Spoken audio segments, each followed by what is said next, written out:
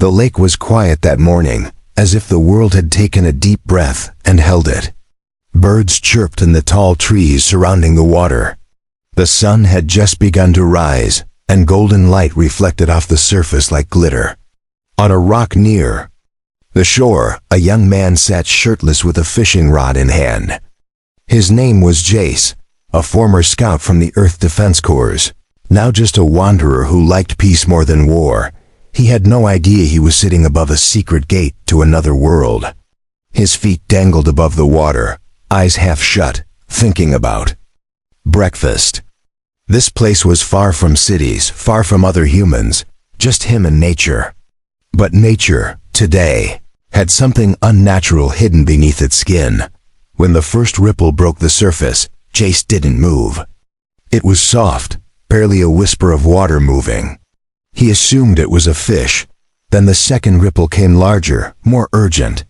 His grip on the rod tightened as the water bubbled before him. He stood up slowly, peering into the deep blue, and saw glowing eyes looking back. They weren't fish eyes. They were too human. But they were also golden, shimmering like sunlight trapped in glass. Then she rose. First her head, then her shoulders, then her arms. A girl, no, a woman.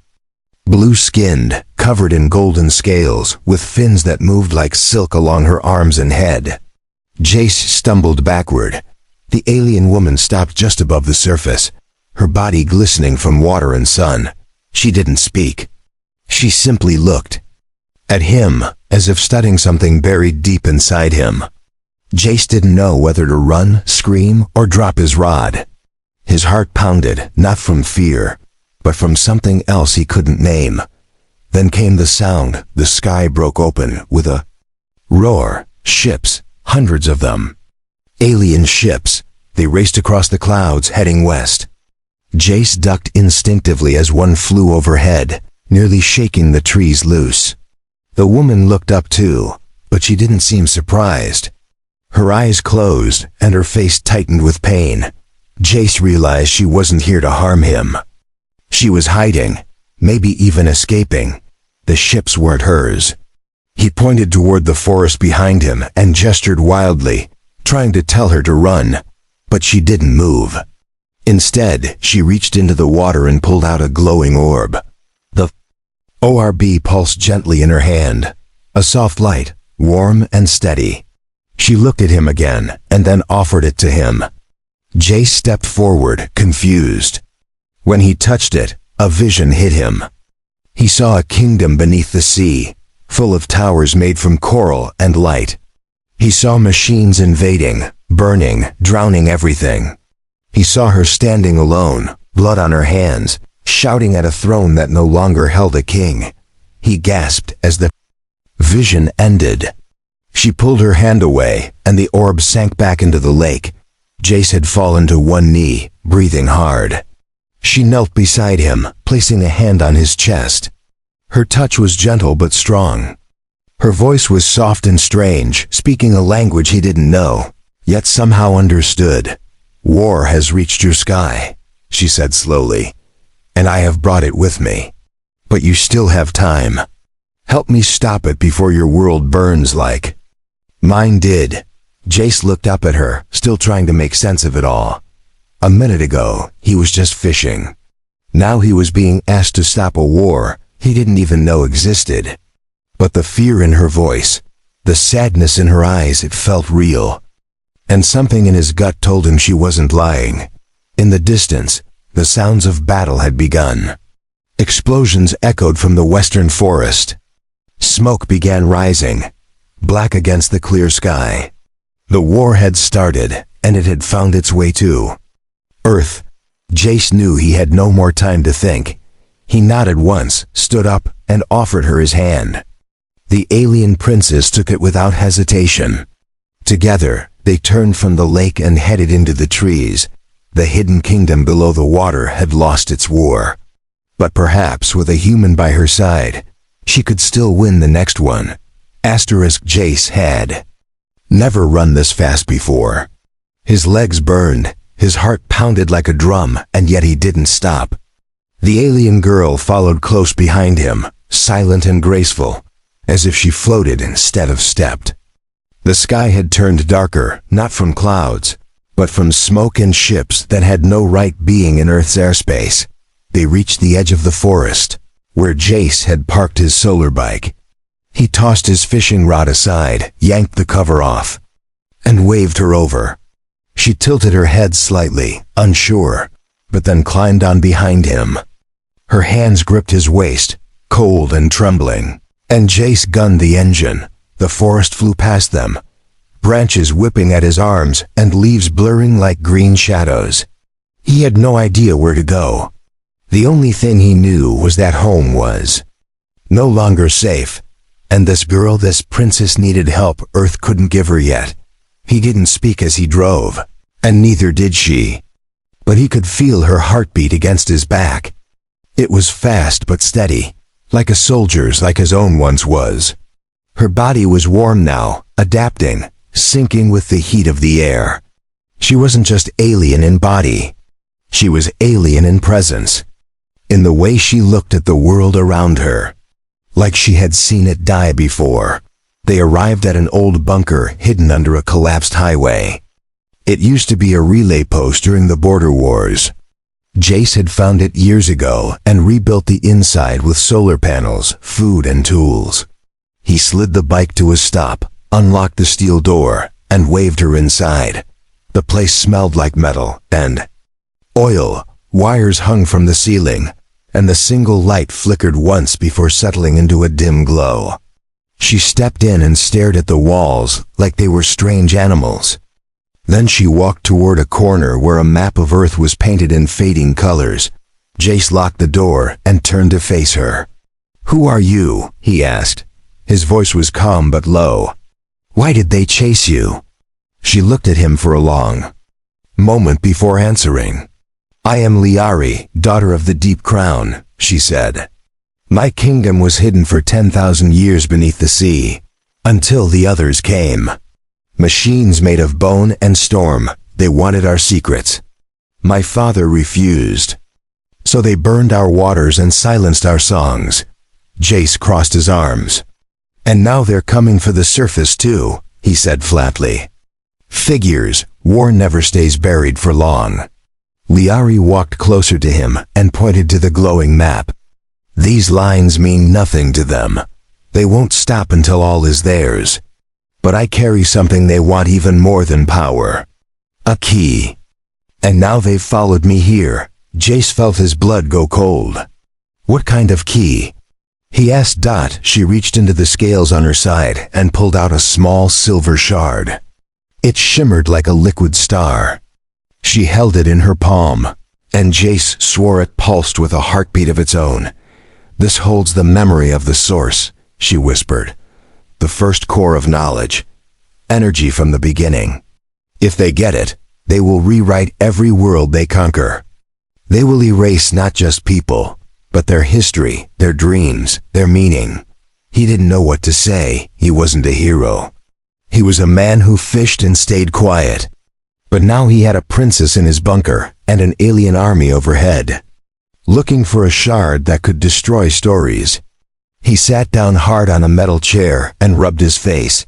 Liari moved toward him slowly and placed the shard in his hand. "I cannot do this alone," she said. "Your world needs to fight, and it needs someone who has already tasted peace to lead that fight. I think that someone is you." Jay stared at the shard, then at her. "Why me?" he asked. "Because you didn't run from me," she said. "You helped me before you knew my name. That is not weakness. That is the start of everything worth saving." Jay stood up again, gripping the shard tighter. He looked toward the door. "We'll need weapons, allies, and a plan." Liari smiled for the first time. It was small, tired, but real. "Then, let's find them together." The bunker hummed quietly around them. Outside, the world was burning. Inside, the fight to save it had just begun. The old bunker didn't have many weapons, but it had one thing Jace trusted more than anything else: his father's old pulse rifle. He pulled it out from under the floorboards and handed it to Liari. She held it carefully, testing its weight, nodding slowly as if she had used something far more advanced in her world. Outside, the sky was dark with smoke trails. The alien invaders had begun moving inland. Cities were scrambling, defense towers were charging, but none of them understood the threat they were facing. These were not just invaders. They were erasers. They didn't just conquer. They wiped out everything that made a world unique. Jace connected an old satellite feed to the bunker's broken terminal. It buzzed for several minutes before blinking to life. He scanned the data and frowned. Major defense lines were already falling. Civilian ships were being pulled from the sky. Earth was under attack, and no one was prepared. "We can't do this alone," Jace said, turning to Liari. "We need to warn someone, maybe the orbital stations, or old Earth command bases in the north." Liari looked at the screen, her face unreadable. "They will not listen to me. They fear what they do not understand, but they may listen to you. You are one of them." Jace wasn't sure he believed that. He had left Earth Command because they stopped listening long ago. But maybe this time was different. Maybe the world was scared enough to accept help from an alien princess with ocean blue skin and golden eyes. They took only what they needed: a small pack of supplies, the shard, and an old encrypted beacon. Jace fired up the solar bike again. This time with a destination: Outpost Orion, an abandoned station buried in the frozen cliffs to the north. It had been offline for years, but he knew it still had a direct uplink to Earth Command archives. As they rode through the ruins of once busy towns, they saw the damage growing worse. Entire buildings torn in half, roads melted into black glass, shadows moving above them that didn't belong to birds or clouds. The enemy was everywhere, but it moved silently, without fire or noise. Only results. They arrived at the cliffs by nightfall. The wind was sharp, and snow fell in broken chunks. Jace led the way up the narrow path, helping Liari climb where her strength faded. She was not weak, but she was not used to Earth's dry air and heavy gravity. She stumbled once, nearly falling, but Jace caught her wrist before she slipped. When they reached the outpost door, he found the panel still worked. The lights flickered weakly as the cold power cells kicked in. Inside was dust, frost, and silence. But deeper in the main chamber, the terminal still glowed. Jace approached it and activated the beacon. Static filled the room. He adjusted the frequency and repeated his signal. "This is Jace Rellan, former Scout ID 1042. I have critical data regarding Earth's invasion.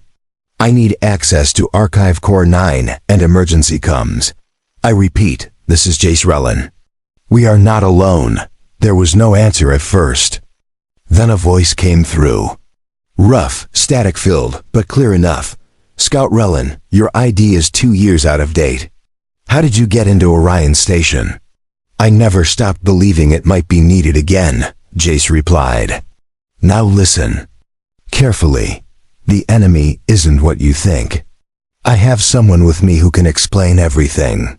But you need to authorize uplink now, or there won't be anything left to protect." The line paused. Then, slowly, codes began flowing on the screen. Access granted. Archive Core 9 unlocked. Emergency comms opened. Jace sighed with relief and turned to Liari. "It's your turn now," he said. Liari stepped forward and placed the shard into the terminal's interface. The room lit up with blue light. Holograms rose into the air. Maps, coordinates, images of underwater cities and enemy fleets. The system began analyzing it all, faster than human eyes could follow. The voice on the other end of the comlink returned. "What is this? Where is this data from?" Liari stood tall. "From the Deep Kingdom.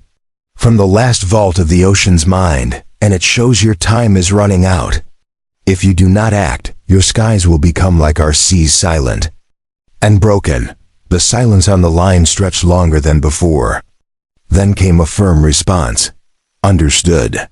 Sending retrieval unit. Hold position. Welcome back to the fight, Relin. Jace looked at Liari. They believe you now, he said. She nodded. Then we have a chance. The lights in the station dimmed as the power drained. But it didn't matter. They had already lit the signal. Earth Command was listening.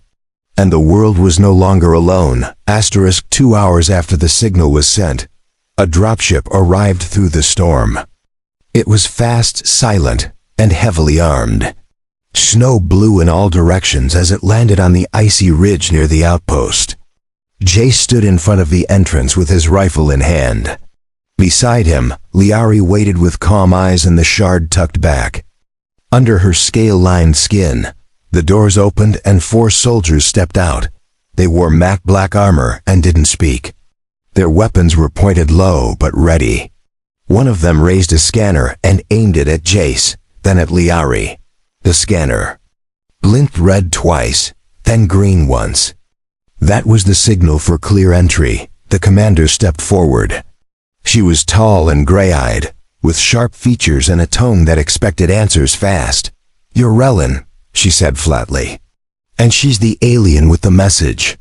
You've got 5 minutes. Start talking." Jace didn't flinch. "This is Princess Liari of the Deep Kingdom. Her people were attacked by a machine-based species that consumes everything. They're here now. She carries the only data that can show you where they strike next. Your maps won't help.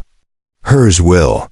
The commander looked at Liari. "Is this true?" Liari stepped forward and nodded. "We lost our cities in 7 days. We had no warning. They came from below the crust. And now they've turned their eyes upward, to your skies. If you want to live, you must see as we did." But sooner, the commander studied her, then gave a hand signal. The soldiers stepped back. "Bring them inside," she said. "Activate the uplink. We'll feed the shard directly into Defense Core 2. Inside the dropship, everything buzzed with quiet energy. Screens glowed along the walls. A table in the center opened to reveal a pulse core ready for data. Liari gently placed the shard inside. The ship's system whirred, then projected a massive 3D image of Earth, overlaid with strange currents, pulsing lines and blinking red marks that twisted like roots. "These are their tunnels," Liari explained. "They move underground. They burst out in silence. They do not attack like you expect. They eat infrastructure, energy grids, memory centers. They starve planets before they strike." The commander leaned in. "Then why chase you?" "Because I carry this," Liari said, motioning to the shard. "It holds the memory of the source. The one thing that can resist their advance. The one light they cannot swallow." One of the soldiers muttered something, but the commander silenced him. With a glance, she turned to Jace. "And you, why are you helping her?" Jace stared at the map, the blinking red zones now growing closer to populated cities. "Because I saw what she showed me. Because I've fought for a cause before. But this time, it's not just orders. It's real. And I believe her." The commander straightened. "Then you both come with me. We're heading to Central Orbit Base. The Council will want answers. But more than that, they'll want a plan." The dropship lifted off, cutting through the snowstorm like a blade. Jace looked out the side window as trees disappeared under clouds. Liari sat beside him, quiet. Her hands were folded, but he could feel her tension. She had seen all this before. She knew what came next. They arrived at Central Orbit Base in less than an hour. The station hovered just beyond the upper atmosphere, protected by kinetic shields and orbital cannons. It was Earth's last line of defense. Inside, the halls were clean, white, and filled with officials who stared at Liari as if she were an unexploded device. The council room was circular, with screens along every wall and leaders from every sector. They all spoke at once, questions, accusations, doubts. Jace stood silently as Liari walked forward alone and raised her hand. "I am not here to beg," she said. I am here to warn. If you listen, you may live. If you wait, you will drown in silence like my world did." The room fell quiet. One of the council members cleared his throat. "You say we are next, then tell us how to stop them." Liari turned to the map projected from her shard. "The source must be awakened, but it needs a core, a living one. One who can anchor its power to this world. On my planet, that was the Ocean King. On yours, it must be someone who carries both memory and mercy." Jace frowned. "Who does that mean?" Liari looked at him, and her voice was soft. "You. The shard chose you when you touched it. It saw your mind, your pain, your strength. You are Earth's anchor now." Jace felt the weight settle on his chest. He had once been a scout, then a nobody. Now he was being asked to become a key to survival. He closed his eyes, took a deep breath, and nodded once. "I'll do it," he said. The room was still. Then the council leader rose. "Then we begin at once. The war has already arrived. But now at least we are no longer blind." The source pulsed inside the shard, glowing brighter with every second. It had found its anchor, and Earth had found its chance. The chamber chosen for the anchoring ritual was hidden deep in the core of the orbiting station. It was old, older than most knew, built during the first contact wars as a failsafe room for lost species. Its walls were covered with ancient metal, humming with dormant energy that now sparked to life as Liari stepped through its threshold. Jace walked behind her, silent but steady. The shard pulsed in his palm, its warmth creeping through his skin. He had never believed in chosen ones or destiny, but this didn't feel like fate. It felt like duty. Heavy, painful, and impossible to ignore. A group of engineers stood by, setting up the resonance coils around the platform in the center. Liari moved toward the platform and gestured for Jace to join her. He stepped into the circle, the shard glowing brighter as he did. Every machine in the room responded to its pulse like a heartbeat. "You must focus on your strongest memory," Liari said. "Not your worst, not your happiest, but the one that changed you forever. The source will. Use it to bond with your mind, to see as you see, to feel as you feel. It cannot be forced, only offered." Jace nodded. He closed his eyes and knelt at the center of the platform.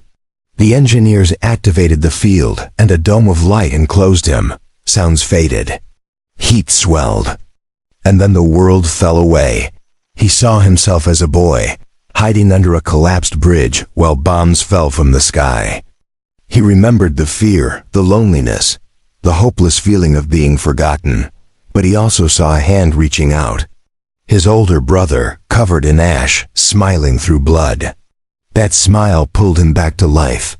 That moment changed everything. The shard drank it in. It lit up with golden light that danced across the ceiling. Sparks flew from the coils. Liari stood at the edge of the field, eyes closed, chanting softly in a language older than stars. The air shimmered with heat, but Jace didn't move. He gave everything to the memory. Every part of it, every sound, every breath. Then the field cracked with a sharp flash. The light burst upward, striking the ceiling and flooding the room with heat and color. The engineers stepped back, shielding their eyes. The light dimmed slowly, then faded completely. Jace opened his eyes. The shard floated now, hovering beside him, alive with energy. Liari stepped forward and bowed her head. "The source has accepted you. You are the anchor. Its power is yours to guide, but not to control. It will listen only if you listen first." Jace stood slowly, his limbs shaking. The air felt different around him, charged, aware. He could feel the movement of people beyond the walls, the hum of the station's engines, even the sorrow buried in Liari's voice. He turned toward the door as the commander entered. "What now?" Jace asked. The commander didn't hesitate. "We attack. The source is showing us where the next rupture will be. A deep core breach under the Atlantic ridge. If we don't stop it, the ocean will boil and half the planet will fall. Liari stepped beside Jace. That's where my people made their last stand. If they're still alive, we must find them. If they're gone, we must stop the enemy from using what's left. The commander nodded. Then you leave in 1 hour. Strike Team Echo will escort you. You lead. The source follows your mind now. As they walked toward the launch bay, Jace glanced at Liari. If I lose control, he said, if the source overwhelms me, I want you to stop me. No matter what it takes. She looked at him with steady eyes. Then I will stand with you. No matter what it takes.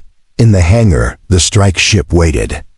Its surface gleamed with new armor, equipped with shields tuned to the shard's pulse. Jace stepped aboard first. The crew saluted him, not as a commander, but as something else. A symbol of hope.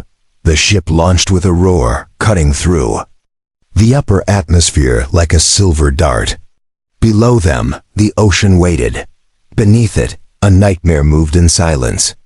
Jace closed his eyes and touched the shard hovering beside him. It responded, humming like a living heart. For the first time in his life, he wasn't running from war. He was flying into it. Liari sat beside him, her fins folded gently along her arms. Her gaze never left the ocean as they descended. They will come for you, she said. They will tempt you, twist you, try to turn your thoughts against you. That is how they break anchors. Jace didn't flinch. Then I'll give them nothing to twist. The ship dove into the clouds, and the sea below opened like a mouth. In the deep, something waited. The source burned like a star inside Jace's chest. It was no longer just about survival. It was about standing where others had fallen and refusing to sink. Asterisk, the strike ship pierced the clouds and broke through the roaring winds above the Atlantic. Below them, the sea churned unnaturally. Massive whirlpools twisted across the surface, and lightning danced through the thick fog hanging over the waves. The ocean was angry, and Jace could feel it through the shard pulsing beside his chest. The commander's voice crackled through the ship's internal speakers. We are 20 seconds from descent. Brace yourselves. We're entering the rift zone. Jace tightened the straps on his suit. Liari sat across from him, her eyes half closed, lips moving in soft, steady rhythm. She was speaking to the water, he realized. To what was left of her people. Or perhaps to the spirits of the ones who never escaped. As the ship lowered into the rift zone, daylight vanished. It was like dropping into another world. The waters turned black, shadows swirled. Strange lights blinked in the distance, neither natural nor comforting. The crew grew silent. Even the weapons officer looked pale. Suddenly, alarms rang across the dashboard. The ship jolted sideways as something massive struck its left wing. Outside the windows, a shape moved, long, dark, covered in sharp metal and glowing veins. A machine, but alive. The enemy had found them. Evasive maneuvers, shouted the pilot. Deploy shields now. The hull trembled as energy surged through the defense grid. Jace gripped the side rail as the shard floated upward, glowing with fierce golden light. Liari opened her eyes. They are testing your will, she said. You must not fear. If you fear, the source will scatter. Jace stood and walked to the center of the chamber, where the ship's core met the control node. He raised his hand, and the shard responded. It sent out a pulse, a shockwave of light that spread through the ocean around them. For a moment, everything stopped. The enemy pulled back. The shadows paused. Then something unexpected happened. A different light flickered in the distance. A pattern. A signal. Not machine, but organic. Liari gasped and pressed her face to the window. That's our beacon, she whispered. One of the towers still lives. Jace didn't wait. Pilot, follow that light. The ship turned sharply and dove deeper. The water pressure increased, but the shield held firm. As they approached the signal, a structure appeared massive and cracked, resting on the ocean floor like a fallen monument. Coral had grown over its surface, but its center glowed with the same hue as Liari's shard. They landed on the platform gently. Jace and Liari stepped out into the water, now repelled by a local field that kept a bubble of breathable air around them. Strange sea creatures darted through the edges of the dome. Liari stepped ahead, toward the broken gate of the tower. "Wait here," she told Jace. "This place knows me. But it must know you too." Jace followed her slowly. As they reached the gate, the walls lit up with lines of blue energy. The doors opened, revealing a long corridor filled with glowing pillars. Inside, the air tasted of salt and memory. Liari touched one of the pillars and closed her eyes. Then her expression broke into one of awe. "They're alive," she said. "My people. Some survived." In stasis, hidden deep within the core, Jay stepped closer. "Can they help us stop the machines?" She looked at him and nodded. "They can't fight, but they can awaken the rest of the source. We only carry a piece. The full power still sleeps here." Suddenly, the ground shook. Outside, the shadow returned larger this time, no longer hiding. It slammed into the structure with a roar that shook water and steel. The light in the tower flickered. Jace pulled Liari back and activated the field generator. "Do it now," he shouted. "Wake the source, I'll hold them off." Liari placed both hands on the core, her body lit with gold and blue light. The tower responded. Energy rose through the floor, the ceiling, the pillars. Machines buried under the sea began to hum. The shard on Jace's chest flared like a star. And then, the creature broke through the outer dome. It was massive, its face a plate of jagged steel, its limbs like blades. It charged toward them, but Jace didn't move. He stepped forward and raised his arm. The source reacted. Light exploded from his body in a ring of fire. The beast struck it and screamed. Caught in a net of energy it couldn't escape. The source twisted around Jace's form, lifting him slightly above the ground. His voice echoed with something older than himself. "You will not take this world," he said. "You have reached your end." With a final burst of light, the machine was torn apart. Its metal turned to dust. Its core cracked in half and fell lifeless to the ocean floor. Jace dropped to one knee, exhausted. The light dimmed, but it didn't vanish. Liari ran to him and knelt beside him. "You did it," she said. "But this was only one. More will come. The heart is still deep below, waiting." Jace stood again and looked toward the abyss beyond the ruins. "Then we go deeper," he said. The shattered wreck of the machine floated behind them as silence returned to the deep. The old tower pulsed with dim light, struggling to hold its energy as the last of its reserves drained into the open sea. Liari placed her hand on the central pillar, eyes closed, whispering the names of those still sleeping inside. Jace stood at the edge of the broken platform, his eyes locked on the abyss below. He could feel it calling. The source still pulsed inside his chest, brighter now, as if sensing what lay beneath. Whatever ruled the enemy forces had not yet shown itself. This was no longer about defense. It was about finishing the war before Earth burned. A voice crackled through his gums. The commander spoke from the strike ship above. "Jace, our long range." Sensors picked up a surge in the trench.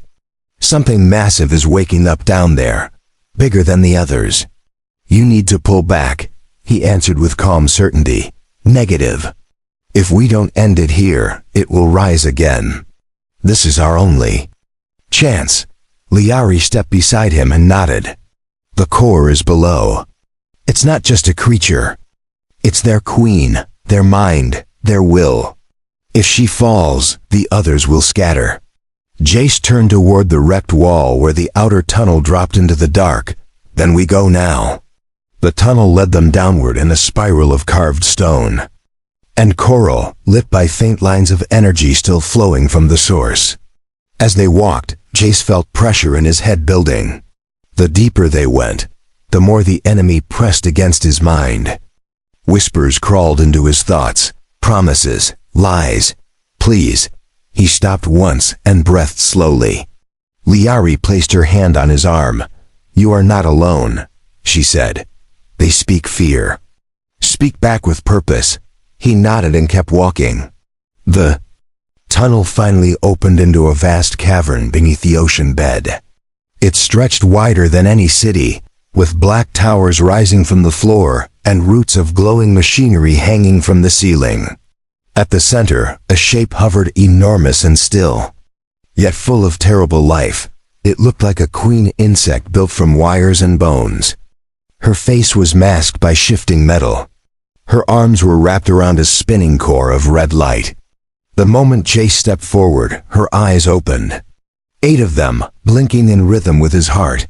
A voice rang inside his skull, cold and sharp. You are nothing but noise. You wear power you do not understand. Step aside, and I will let your kind fade gently. Jace raised his hand, and the source answered. A shield of light spread out around them, holding back the crushing weight of her words.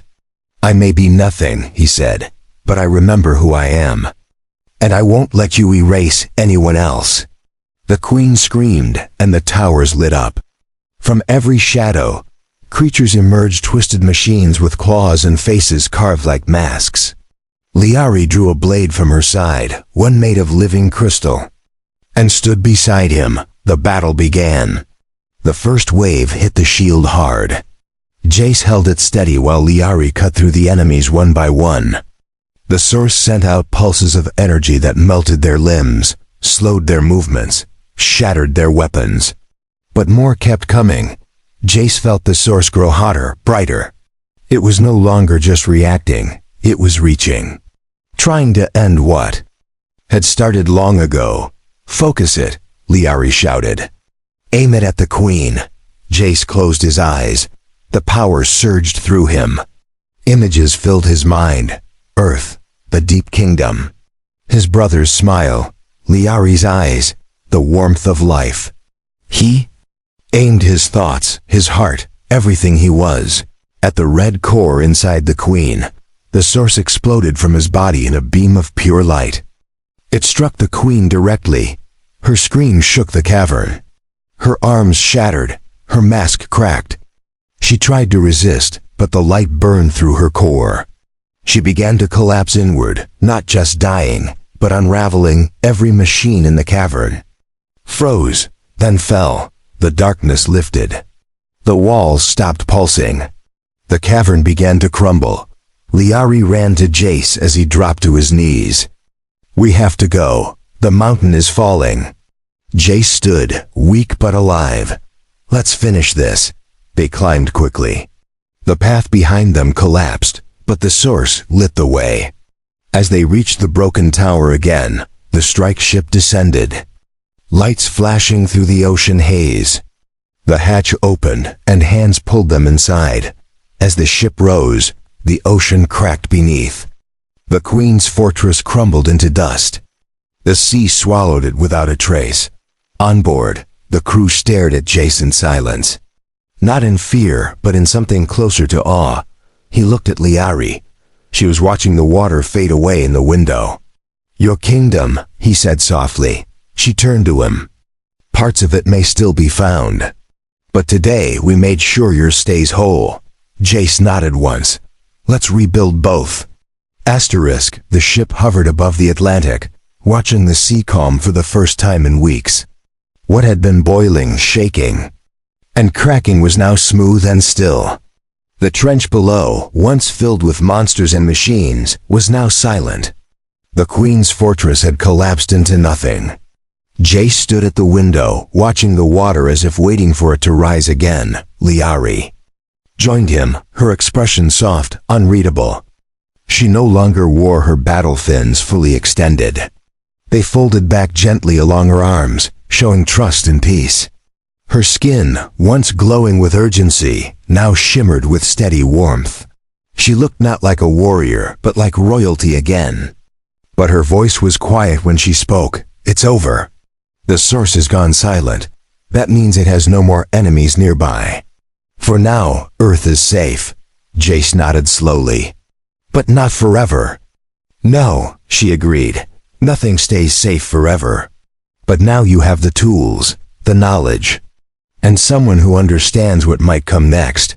He turned to face her. "Are you staying?" Her eyes didn't flinch. "If I go back down, there's nothing left for me. If I stay above, I can help rebuild. Not just Earth, but something better than what either of our worlds had before." Jace smiled. It wasn't wide or loud, just the kind of smile that comes after surviving what should have broken you. "Then let's start." 2 days later, the Earth Command Council held a global broadcast. Jace stood beside Liari on the central podium, the shard now floating in a containment field behind them. He wore his old uniform, cleaned but still scarred. She wore robes from her kingdom, rewoven by human hands from memory and art. The broadcast began with silence. Then the commander stepped forward and addressed the world. "We were not prepared. We were not strong. But we were not alone. Today, we remember that survival does not come from strength alone. It comes from trust, from unity, from courage." Jace stepped up and took the mic. He didn't speak like a soldier. He spoke like a man who had sat quietly by a lake once and found something bigger than himself in the water. "I'm not a hero. I didn't wake up wanting to save the world. But the truth is, sometimes the world finds you anyway. And when it does, you only have 2 choices: run or rise." He paused, then turned toward Liari. She stepped forward, and her voice echoed. Not in Earth's language, but in hers. The broadcast translated each word with a soft voice. "I was born beneath the sea, in a kingdom older than most stars. I watched it die. I thought nothing could live again. But this world gave me proof that life grows wherever people choose to stand together." As she finished, the crowd below rose in applause. People from every nation, from every colony, clapped and cheered, not just for victory, but for something rarer. For hope. That night, Jace sat alone on the rooftop of the command center. The stars above were clearer now. The smoke had faded. The sky was calm. He held the shard in his hand. It no longer pulsed with warning. Now it simply glowed like a sleeping heart. Liari found him again, quiet as always. She sat beside him and looked up at the stars. "Do you think your people will ever forget what happened?" Jace shook his head. "They might forget the battle, but they won't forget you, or what you gave." She looked at him. "And what did I give?" "A reason to care," he said. "A reason to fight without hate." She leaned against his shoulder. It was the first time she had ever done that. There were no words, only the quiet rhythm of breath, of peace, of 2 lives that had been torn apart and somehow landed in the same place. Weeks passed. Then months. The world healed slowly. Coastal cities returned. Underwater scans showed no more movement from the trenches. Jace became an advisor. Liari became a symbol. Schools taught her name. Art painted her face. Children ran through rebuilt streets wearing robes shaped like her flowing fins. But to Jace, she was never a symbol. She was the girl who rose from the sea while he was just fishing. The one who asked for help without words. The one who stood with him when the world burned. She was home. On the anniversary of the battle, the 2 of them stood by the lake where it all began. The water was still. The trees moved with the wind. And the sky, once filled with ships and fire, now held only birds and light. Jace dropped a small stone into the lake. The ripple spread wide. "You know," he said, "I came here once to be alone." Liari took his hand gently. "And now you never have to be again." They stood there in silence. 2 worlds that once had nothing in common, now bound by a shared promise. to never let the light fall again.